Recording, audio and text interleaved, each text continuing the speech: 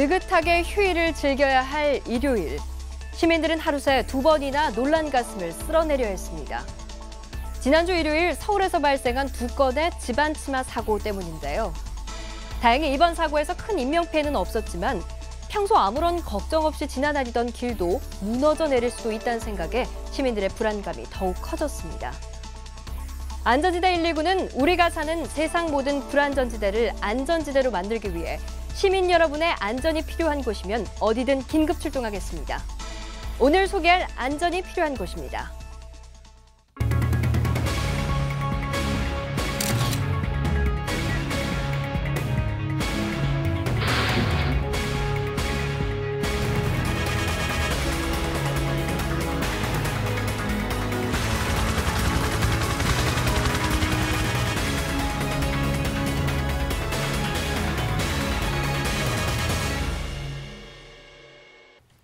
안전지대 119, 오늘도 안전이 필요한 곳이면 어디든 같이 점검해줄 전문가 선생님 모셨습니다.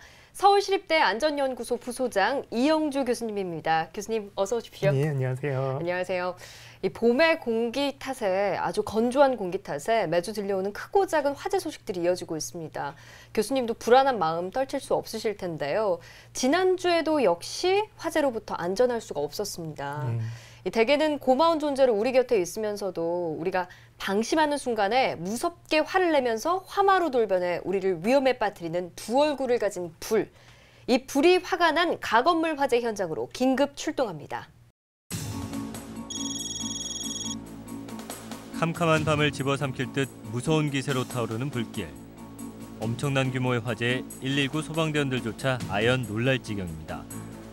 지난 19일 밤 8시 6분쯤 서초구 내곡동의 작업용 비닐하우스에서 큰 불이 났습니다. 인능산 산자락에 위치한 무허가 비닐하우스에서 화재가 났다는 신고를 받고 출동을 하여 현장에 도착하였을 때는 이미 그 비닐하우스에서는 화재가 거세게 일고 있었습니다. 이에 우리 소방은 인근 야산으로의 화재 확대 방지에 최선을 다해야만 했습니다. 그래서 소방 차량 30여 대 및 소방관 100여 명을 총동원하여 화재 확산 방지에 최선을 다한 진압 활동을 전개하였습니다. 비닐하우스 배전함 부근에서 스파크 발생 후 발화된 것으로 추정되는 이번 화재는 100여 명의 소방대원이 현장에 출동했으며 1시간 남짓 지난 밤 9시 9분쯤 완전히 진압됐는데요. 다행히 인명피해는 발생하지 않았지만 50제곱미터 넓이의 비닐하우스 한 동이 다 탔으며 100제곱미터가 그을린 데다 원예용 도구와 기타 집기류가 소실됐습니다. 현재 경찰과 소방당국은 정확한 화재 원인을 조사 중에 있습니다.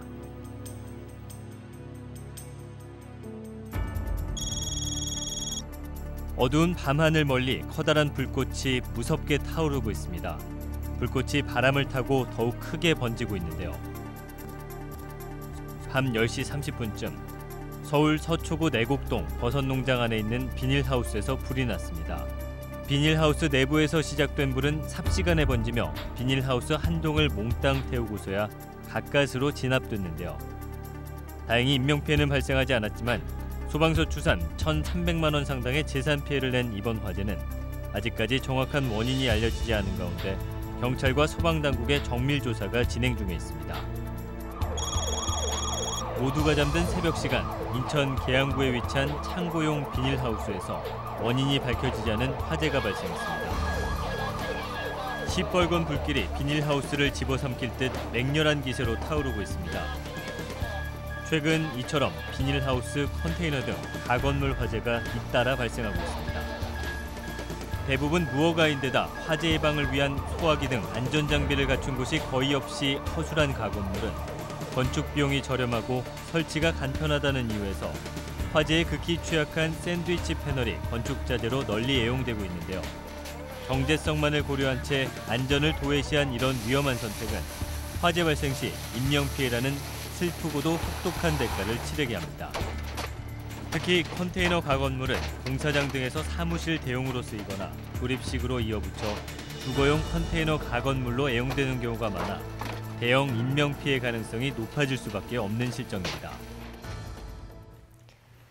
비닐하우스뿐 아니라 가건물 화재에 대한 뉴스 심심찮게 접해왔는데요. 교수님, 정확하게 가건물이라는 게 어떤 걸 말하는 걸까요? 네, 정확한 명칭은 이제 가설건축물이라고 하는데요. 네. 말 그대로 임시로 사용하기 위해서 설치한 구조물이라고 이렇게 보시면 될 것 같아요.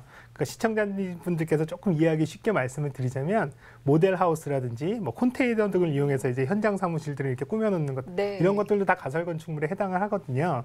근데 가설건축물이 임시로 설치되지만 사실 이 또한 분명히 또 사용 승인을 받아서 정식 절차에서 사용해야 되는 시설이거든요. 근데 여기서 이제 문제는 이런 가설 건축물도 문제지만 실제로 가설 건축물에 해당하지 않게끔 사용 승인도 받지 않고 사용되거나 설치되는 이런 소규모 건축물, 네. 즉 불법 건축물들도 상당히 큰 문제라고 할 수 있습니다. 주변에서 사실 쉽게 볼 수 있는 건물들이잖아요. 네. 근데 이런 가건물이 화재에 취약하다는 얘기를 굉장히 많이 들었는데 그 원인은 뭘까요? 네, 실제로 이제 임시로 짓다 보니까 사실 소방법이라든지 건축법에서 정하는 안전 관련 규정들이 대부분 적용이 안 되거든요. 예. 이렇다 보니까 화재가 발생했을 때 건물 스스로가 화재에 대응하는 능력 자체가 없다고 보시면 될 것 같아요. 네. 그리고 또 재료들도 임시로 하다 보니까 가장 값싼 재료로 적용되는 부분들이 그렇겠네요. 대부분이거든요. 네. 그러다 보니까 이제 화재에 당연히 취약할 수밖에 없는데요. 예를 들면 건축물의 어떤 외벽 재료로 샌드위치 패널 많이 알고 계실 텐데요. 네. 샌드위치 패널 경우도 사실 그 안에 들어가는 심재의 재료가 불에 타는지 안 타는지에 따라서 가격도 많이 달라지고 성능도 그래요. 많이 달라지거든요. 네. 그래서 이제 일반적인 건물에서는 외벽체라도 내화 성능, 불에 견디는 성능을 확보해야 되기 때문에 불이 나더라도 일정 시간 이상 불에 견디게끔 이런 패널을 사용하게끔 의무화하고 있는데요.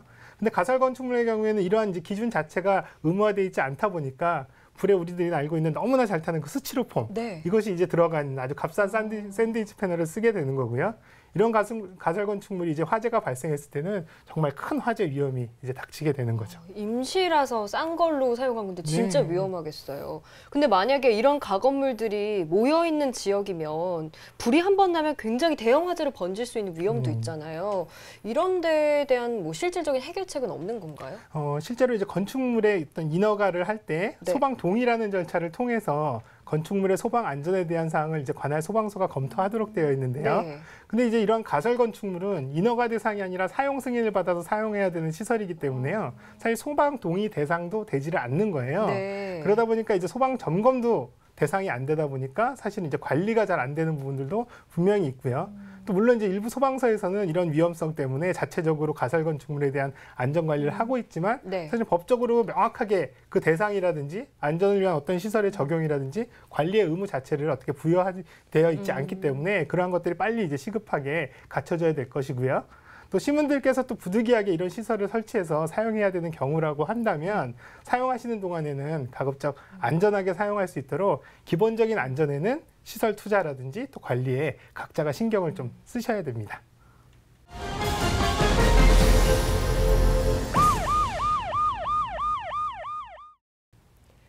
어느 화재나 마찬가지겠지만요. 부주의, 안전 불감증이 가장 큰 화재 원인이라는 점 다시 한번 명심하셔야겠습니다. 자, 이번에는 차량 화재 현장으로 긴급 출동합니다. 불꽃이 피어오르는 차량 주변을 둘러싼 소방대원들이 화재 진압에 한창입니다. 서대문구 홍제동의 한 아파트 주차장에 주차된 2대의 차량에서 화재가 발생했습니다. 이 불로 분리수거 트럭이 반쯤 타고 옆에 주차돼 있던 승용차가 완전히 불에 타는 피해가 발생했습니다. 부주의하게 던져버린 담뱃불에서 화재가 발생했을 것으로 추정하고 있으며 정확한 화재 원인을 조사 중입니다.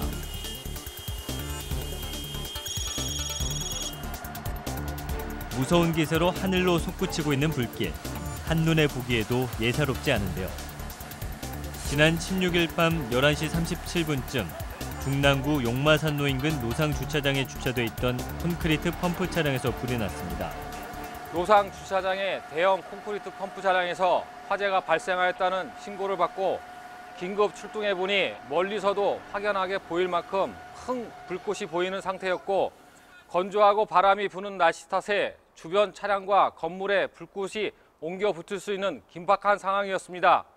현장 도착 즉시 차량 내부 및 주변 인명 검색을 실시한 결과 다행히도 요구자는 발견되지 않았으며 인명 검색과 동시에 큰 수관을 이용하여 화점의 집중 방소 화재를 진압하였습니다. 10분 만에 진압된 이번 화재는 인명피해는 없었지만 펌프 차량 운전석이 완전히 불에 탔고 가까이 주차돼 있던 승용차 측면도 일부 불에 타는 등 소방서 주산 1,200만 원의 재산 피해가 발생했습니다. 경찰과 소방당국은 목격자 등을 상대로 정확한 화재 원인을 조사 중입니다. 주차된 차량에서 발생한 불로 인명피해는 안 나서 다행이지만요. 그래도 재산상의 손실이 생긴다는 점이 참 안타까울 수밖에 없는데요. 그런데 주행 중인 차량도 아니고 주차해놓은 차량에서 발생한 화재는 어떤 게 원인이 있을까요? 네, 대부분 이제 차량 화재들의 원인을 보면 네. 뭐 기계적인 원인이나 전기적인 원인 이런 것들이 이제 가장 큰데요. 그 다음으로 가장 많이 발생하는 것들이 방화라고 그렇게 통계가 되어 있어요. 네. 특히 이제 주차되어 있는 멈춰 서 있는 차량에 대한 어떤 화재에서는 방화의 비율이 훨씬 더 높아집니다. 또 이제 방화 이외에도 담뱃불이라든지 뭐 부주의에 의한 화재도 상당히 많이 발생하는 것으로 그렇게 이제 나와 있습니다. 네, 차량 화재 원인으로 말씀하신 뭐 기기적인 요인들도 평소에 차량 점검을 좀 철저히 하면 사실 막을 수 있는 재난이란 생각이 드는데요. 결국에 우리들의 문제는 안전 둔감증 내지 안전 불감증인 것 같습니다. 그런데 이런 안전 불감증은 화재 현장에만 존재하는 게 아닙니다. 아차 하는 순간 목숨을 위협하는 도로 위의 아찔한 순간 교통사고 현장으로 긴급 출동합니다. 형체를 알아볼 수 없을 정도로 망가진 차량 한 대가 도로 위에 덩그러니 서 있습니다. 소방대원들은 차 안을 살피느라 분주한데요. 지난 15일 자정을 넘긴 0시 53분쯤 용산구 소월로 남산도서관 앞을 달리던 승용차 한 대가 남산도서관 앞 도로변 가로수를 들이받는 사고가 발생했습니다. 당시 조수석에 타고 있던 동승자가 차량에 끼어 구조에 난항을 겪었지만 유압 구조 장비를 이용해 안전하게 구조할 수 있었습니다. 이 사고로 운전자는 경상, 동승자는 오른쪽 다리와 목 등에 중상을 입었으며 구조 즉시 응급처치 후 인근 병원으로 이송됐습니다. 경찰은 운전 부주의로 사고가 발생한 것으로 보고 정확한 사고 경위를 조사 중입니다.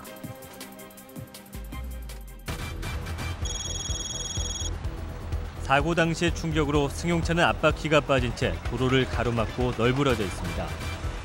서울 강남구 올림픽대로에서 일가족 5명을 태우고 김포공항 방향으로 달리던 승용차가 도로 옆 경계석을 들이받는 아찔한 사고가 발생했습니다. 이 사고로 승용차를 운전하던 여성과 13살 난 아들이 부상을 입어 가까운 병원으로 긴급 이송됐습니다. 많은 차량들이 이용하는 서부간선도로에서도 교통사고가 발생했습니다. 주행 중이던 소렌토 승용차가 중앙분리대를 들이받은 뒤 뒤따르던 승용차와 화물차가 속도를 줄이지 못해 사고 차량에 추돌했는데요. 이 사고로 화물차 운전자는 다행히 별다른 부상을 입지 않았지만 승용차 2대의 운전자와 탑승자들은 다리와 허리 등의 통증을 호소해 119 구조대에 의해 곧바로 인근 병원으로 옮겨졌습니다. 도로 위의 아찔한 순간들 차량 충돌 사고 현장 보셨는데요. 이게 말 그대로 정말 아차하는 순간에 발생하는 사고인데요. 근데 사실 운전자인 본인만 위험한 게 아니라 가족이나 친구 같은 동승자들도 위험에 빠질 수 있기 때문에 더 위험한 것 같습니다. 밀려오는 봄의 기운과 함께 그 어느 때보다도 나른해지기 쉬운데요. 어떤 때보다 졸음운전에 조심하셔야 될 것 같습니다. 네, 맞습니다. 사실 교통사고 원인들을 보면 졸음운전이 가장 큰 비중을 차지하는데요. 최근 5년 동안 통계를 보면 봄철에 졸음운전으로 인해서 거의 160여 명 정도가 사망을 했고요. 네. 또 부상을 당한 사람은 거의 6천여 명에 이르거든요. 상당한 수네요. 또 이것뿐만 아니라 치사율, 그러니까 한번 사고가 났을 때 사람이 죽는 이런 치사율도 100명당 한 5명 정도가 죽는 걸로 되어 있어서 일반 교통사고보다도 거의 2배 이상 치사율이 높은 것으로 그렇게 되어 있습니다. 졸음운전이 정말 위험한 거네요. 그러면 운전하다가 사실 조금씩 졸음이 쏟아질 때가 있긴 한데요. 졸음을 물리칠 수 있는 뭐 간단한 방법 같은 건 없을까요? 네, 사실은 이제 일단 졸음이 쏟아지면 우선 차량을 안전한 곳에 세워두시는 게 우선 가장 중요하고요. 네. 그렇게 세워놓으신 다음에 눈 주위를 손으로 이제 마사지를 해주시거나 아니면 이제 팔이나 뭐 어깨 이렇게 몸 부분을 쭉 펴거나 이제 회전하면서 스트레칭을 해주시는 것도 졸음 해소에 상당히 도움이 많이 될 거예요. 네.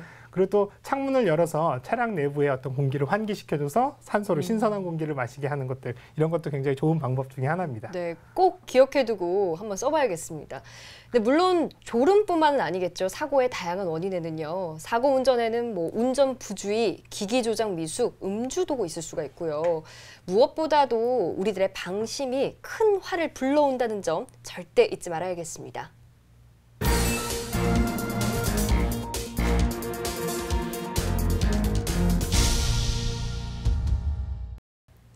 이번 순서는 안전에 대해 더욱 심도 있게 알아보는 안전연구소 알아야 산답니다.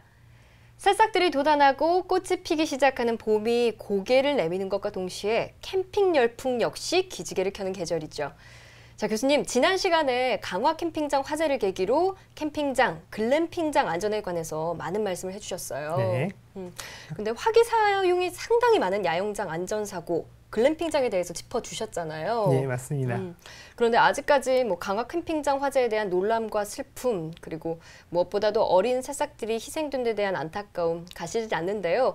그래서 오늘도 캠핑장 안전에 대한 말씀을 좀 더 자세하게 나눴으면 합니다. 네. 자, 교수님, 근데 이런저런 문제가 많은 불량 야영장들 곳곳에 있잖아요. 네. 근데 무엇보다도 이런 곳을 강력하게 법적 장치로 단속을 해야 되는 게 아닌가 싶어요. 네, 당연히 이렇게 조금 관리가 됐으면 좋겠는데요. 네. 사실 이제 작년에 담양 펜션에서 화재가 발생했을 때 그런 사고를 때도 사실 펜션에 대해서는 굉장히 급하게 또 규제를 하고 규제를 정비하고 단속을 하고 이렇게 했었는데요. 네. 정작 또 이거와 유사한 어떤 캠핑장이라든지 또 다른 안전에 관련된 부분들은 또 사실상 계속 그대로 미비한 상태로 계속 이제 현재까지 이르는 거거든요. 네. 확인해 보니까 전국의 캠핑장들이 한 1,800여 개 정도가 운영이 되고 있고요. 이 중에 등록된 곳은 한 200여 개에 불과하다고 그래요. 얼마 안 되네요. 네, 그리고 또 실제로 등록이 됐다 하더라도 그런 것들이 안전 관리가 시설 규정이라든지 이런 것들이 잘 관리되고 있다라고 말하기는 좀 어렵대요. 그래서 실제로는 이렇게 안전 관리가 잘 되고 있는 곳은 굉장히 극소수라고 보시면 될 것 같고요. 네. 그래서 이런 문제들이 여러 문제점들 때문에 1월 달에 올해 1월부터 캠핑장을 포함하는 야영장업을 어떤 등록을 의무화해서 이런 부분들의 안전에 관련된 부분들을 이렇게 챙기는 이런 부분들이 시행되고 있는데요. 현재까지는 유예 기간이고요. 6월부터는 이제 시행이 됩니다. 6월이요? 네. 그리고 이제 해당 법안이 이제 시행이 되면 새롭게 신규 등록을 해야 되는 새롭게 생기는 캠핑장들은 반드시 등록을 해야 되고요. 또 등록을 하려면 이 기준에서 정하는 여러 가지 안전에 관련된 기준들을 충족해야 되기 때문에 네. 지금 현재보다는 캠핑장의 어떤 안전을 상당 부분 확보할 수 있지 않을까 이렇게 생각은 됩니다. 진짜 지금보다는 나아지지 않을까 이런 생각이 드는데요. 자, 그럼 안전 기준에는 어떤 내용들이 포함되어 있을까요? 네, 이 기준에 따르면요. 텐트 한 채당 네. 기본적으로 확보해야 되는 면적 한 15제곱미터 정도로 기준을 하고 있는데요. 예. 이런 최소 면적을 확보한다라든지 또 게시판이라든지 소화기 또 이제 안전요원의 배치라든지 안전교육 또 비상시에 사람들이 빨리 대피할 수 있도록 하는 어떤 도로의 확보 이런 것들을 기준으로 정하고 있습니다. 근데 이제 여기서 문제는 뭐냐면 실제로 이번에 화재가 발생했던 글램핑장 같은 네. 경우는 또 이러한 캠핑장에 또 해당하지 않거든요. 그러다 보니까 사실은 이런 부분들이 네. 상당히 이렇게 글램핑장은 또 별도로 이런 부분들을 규제를 해야 되는 그런 네. 문제가 있고요. 또 하나는 지금 현재 캠핑장도 기존에 영업을 하고 있던 곳들은 올해 5월까지 계속 등록을 유도하고 있지만요. 네. 사실 이런 안전 기준들을 충족하지 못하기 때문에 대부분 캠핑장들은 그냥 등록을 계속 미룬 채로 그냥 영업을 하고 있는 상황이거든요. 네. 그러니까 실제로 또 그렇게 등록을 하지 않은 상태로 계속 영업을 한다 그래도 이것들을 특별히 어떻게 제재를 한다거나 이런 방법들은 방법이 없네요. 지금은 없습니다. 네. 그래서 이런 문제가 지금 최근에 이제 불거져서 최근에는 캠핑장을 이제 등록제에서 인허가제로 이렇게 바꾼다고 이렇게 이제 좀 검토를 하고 있고요. 또 안전 등급도 매겨서 공개하는 방안들도 지금 검토를 하고 있습니다. 네, 아무래도 뭐 이런 제도 정비가 있고 시설 네. 보완이 이루어지면 조금이라도 좀 사고를 예방할 수 있지 않을까 예, 이런 맞습니다. 생각이 드네요. 다만 이제 그런 것들이 제도가 정비되기 이전까지는 항상 위험이 있다고 생각을 하시고 이용하시는 분들도 항상 어떻게 행동해야 될까 또 화재가 발생했을 때 대응이라든지 또 대피는 어떻게 해야 될까 이런 부분들은 잘 생각해서 행동해 보시는 것도 좋은 방법이겠습니다. 네, 그러니까 교수님 말씀을 정리해 보면 사고가 나기 전 평소부터 재난 대비 훈련과 연습을 해두는 게 유비무환이다 이런 말씀이시겠죠? 네, 그렇습니다. 사실 뭐 좋지 않은 가정일지도 모르겠는데요. 항상 사고가 바로 발생할 수 있다라는 이런 생각들을 항상 가지고 계시고요. 네. 지금 당장 화재가 지금 난다고 했을 때 어떻게 행동하는 게 가장 좋을까 이런 부분들은 항상 습관적으로 이렇게 생각을 해보시는 게 중요할 것 같아요. 이런 거는 단순히 기후 뭐 이렇게 배낭 걱정이다 이런 게 아니라요. 네. 항상 스스로의 안전을 보장하는 어떤 보험 같다는 이런 생각을 하시면 될 것 같아요. 그리고 또 이런 생각과 더불어서 항상 사고에 대처하는 어떤 지식이라든지 행동에 대한 교육, 훈련 이런 것들이 평상시에 좀 잘 준비가 되어 있어야 되거든요. 네. 사실 훈련이랑 연습이 아무리 잘 돼 있어도 막상 사고를 당하면 당황해서 제대로 잘 대처가 안 돼요. 네. 그렇기 때문에 이제 반복적으로 더 많은 훈련들도 하고 교육을 통해서 또 재난 시에 행동이 거의 자동적으로 그냥 자기도 모르게 자동적으로 나오게끔. 이루어지도록 이렇게 체득하는 게 굉장히 중요할 것 같아요. 네. 안전은 아는 만큼 더 안전해진다는 말 실감이 납니다. 네, 맞습니다. 아는 만큼 보인다라는 이런 말이 있는데요. 네. 사실 많이 알수록 그만큼 이제 보고 느끼는 것이 많아진다는 그런 의미인데요. 안전도 마찬가지인 것 같아요. 안전에 대해서 많이 알고 또 이제 준비를 많이 할수록 위험도 더 잘 파악하게 되고 또 대처할 수 있는 방법도 더 잘 보이게 되거든요. 그래서 안전, 위험 이런 것들에 대한 어떤 어설픈 지식이라든지 막연한 어떤 예상보다는 네. 오히려 이런 것들을 이제 하나라도 확실히 알아가는 것들이 이제 중요할 것 같고요. 또 이제 이런 지식들이 이제 하나하나 점점점 쌓여가다 보면은 이게 이제 안전에 대해서 막연히 불안하거나 의심 이런 것들이 아니고 진짜 실제로 재난이라든지 사고의 어떤 본질을 알고 또 합리적으로 근거 있는 어떤 의심과 대비를 할 수 있게끔 돼서 안전을 갖춰 나갈 수 있을 것으로 그렇게 생각이 됩니다. 네. 바로 내 눈앞 여기에서 지금 사고가 일어난다면 내가 어떻게 행동하고 대처해야 할까 평소에 좀 자주 생각해보고 더 철저히 냉정하게 체크하고 준비하는 게 정말 중요하겠습니다. 네, 그렇습니다. 안전은 나 자신하고 사고하고 어떤 시합을 하는 어떤 서바이벌 게임이라고 이렇게 생각해 보시면 좀 재미있을 것 같아요.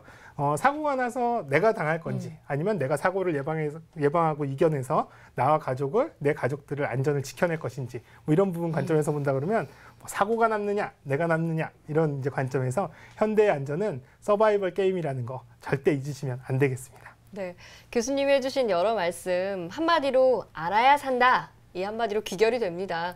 이런저런 이유에서 우리나라 캠핑장 안전이 불안한 건 확실하기 때문에 아무래도 이 캠핑장 산업과 레저 문화가 우리보다는 조금 앞선 해외 국가들 안전관리에 관심이 쏠리기 마련인데요. 안전에 관한 한 우리나라보다 더 철저한 세계 안전 선진국들의 안전관리 시스템 어떤지 정말 궁금한데요. 네, 캠핑 문화가 우리나라보다는 앞서서 벌써 자리 잡고 또 발전한 선진국들을 이제 쭉 살펴보면은요. 캠핑장의 어떤 인허가라든지 안전관리 체계가 잘 갖춰져 있는 경우들을 볼 수가 있는데요. 네. 미국 같은 경우는 미국 캠핑협회에서 캠핑의 어떤 표준을 정하고 있어서요. 네. 각 주별로 이런 것들을 채택해서 캠핑장의 위치라든지 규모라든지 운영이라든지 이런 것들 규정으로 정해서 관리를 잘 하고 있다고 그래요. 네. 또 특히 이제 호주 같은 경우는 주정부에서 이런 부분들을 레크레이션 분야 관리법 이렇게 해서 이 부분에서 캠핑장의 안전 관리를 조례로 지정해서 시행하기도 하고요. 네. 또 독일 같은 경우는 매우 엄격한 어떤 안전 기준을 적용하고 있거든요. 네. 이 기준에 따르면은 등급을 5개로 딱 나눠가지고요. 거기서 실제로 어떤 것들 안전이라든지 편의성이라든지 여러 가지 것들을 가지고 등급을 나눠서 차등을 두는 이런 것들도 시행하고 있고 또 가까운 일본 같은 경우도 시설이라든지 설비, 또 관리 상태, 서비스 이런 것들에 따라서 캠핑장에 어떤 등급을 부여하는 이런 제도들을 운영하고 있습니다. 네, 다양한 제도들이 이미 갖춰져 있네요. 우리 사회에 휴식, 힐링 이런 단어가 빠르게 부각되면서 이 제대로 된 검정 없이 캠핑장 사업이 굉장히 급격하게 커진 게 사실인데요. 그렇기 때문에 안전에서도 선진 안전 시스템 도입이 절실하다는 생각이 강하게 듭니다. 모든 사고의 시작이 그렇듯이 예상치 못한 순간 준비할 틈도 없이 사고는 찾아오기에 더 무섭게 생각되는데요. 그렇게 더더욱 복기가 필요한 도로 위 끔찍한 순간들, 블랙박스 속으로 들어가 봅니다.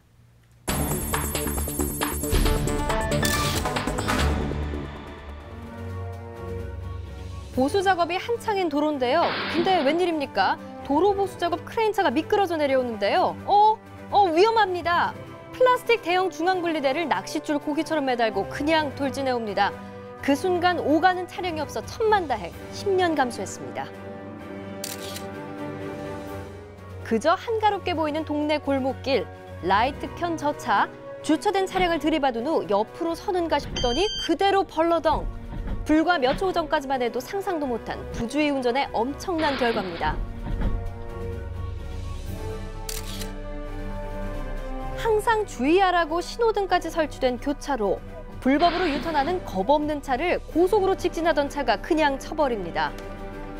충격으로 받친 차는 뱅그르르 돌았고 받은 차는 중앙선까지 넘어가 겨우 멈춰섰는데 다행히 서행하는 차들뿐이라 두 차 모두 목숨을 건진 아찔한 교차로 사고였습니다. 또 교차로입니다. 좌회전하는 차들 사이로 위태롭게 빠져나가는 자전거. 결국 뒤이어오는 좌회전 차와 꽝! 보는 사람이 더 떨리는 위기일반의 순간이었습니다. 여기와 비슷한 사고를 볼까요? 동네 어귀 삼거리길, 슬금슬금 나오는 택시와 배달 오토바이가 콩 부딪혔습니다. 교차로에서 벌어진 자전거와 차, 오토바이와 차의 충돌 사고였습니다. 중앙선을 넘으며 달려가는데 고속으로 추월해가는 뒷차에 그대로 받칩니다. 앞차 눈에도 뒤차 눈에도 중앙선은 아예 없는 위험한 질주 현장입니다. 분명 고속도로 위 같은데 마치 피겨스케이트장 같이 자동차가 고속도로상에서 춤을 추는 듯합니다. 봄철 졸음운전이 의심되는 위험천만한 위기의 순간이었습니다. 아무 일 없다 싶었는데 엄청난 공포가 덮쳐왔습니다. 이 역시 졸음운전이 의심되는 사고인데요. 나른한 봄날 무서운 고속도로 위 위기의 순간입니다. 교수님, 이 봄철 졸음운전 정말 위험하다는 생각이 들어요. 네, 거의 뭐 우리가 이제 일반적으로 생각하면 눈을 감고 운전을 한다고 생각하시면 될 것 같은데요. 네. 실제로 음주운전보다도 훨씬 더 졸음운전이 위험하거든요. 그러니까 한마디로 자동차만한 큰 흉기를 네. 자기도 모르는 사이에 막 휘두르고 있다고 이렇게 생각하시면 될 것 같아요. 정말 조심하셔야 됩니다. 재난 정보를 우리 모두 공유하고 복귀하면서 재난에 대한 정보와 안전에 관한 지혜를 서로 나눠서 대한민국 모든 곳을 안전지대로 만들어갈 여러분의 소중한 블랙박스 영상 제보를 기다립니다. 서울 시민과 대한민국 국민 모두의 안전을 위해 안전지대 119는 더욱 열심히 긴급 출동하겠습니다. 자, 여기서 잠깐 또다시 걱정되는 말씀 드려야겠는데요. 만우절이건 아니건 그 어떤 경우에도 119의 허위 장난 전화 절대로 안 됩니다. 119에 거는 허위 장난 전화 전보다는 현저히 감소했지만 그에 부과될 처벌은 더 엄중하게 강화됐습니다. 네, 처벌을 떠나서 절대로 119에 허위나 장난 전화를 해서는 안 되거든요. 네. 시민들이 작은 구조 요청에도 이제 신속히 출동하는 119다 보니까 허위 장난 전화 한 통이 어떤 대규모의 소방 구조 인력들이 현장으로 달려가는 이런 실제 출동으로 이어지는 경우들이 많다고 하거든요. 네. 119 대원들을 대대적으로 긴급 출동시킨 그 한 통의 전화가 결국엔 허위나 장난으로 밝혀졌을 때 졸리는 눈 비비며 시민의 불침번호로 낮밤 가리지 않고 달려온 119 소방구조대원들이 떠안게 되는 그 땅이 꺼지는 허탈감, 마음의 상처는 장난이었단 한마디로 결코 치유될 수 없습니다. 네, 또 실제로 같은 시각에 뜻하지 않은 위기에 처해서 구조를 기다리고 있는 네. 어떤 우리 이웃은 바로 그 순간에 어떤 생명을 잃을 수 있다라는 부분들을 꼭 명심하셔야 될 것 같아요. 119에 거는 장난은 돌이킬 수 없는 무서운 결과를 초래할 수 있습니다. 119는 그 어떤 경우에도 허위나 장난으로 눌러서는 안 될 국민과 시민의 긴급 구조를 위한 신성한 생명의 번호임을 결코 잊지 말아야겠습니다.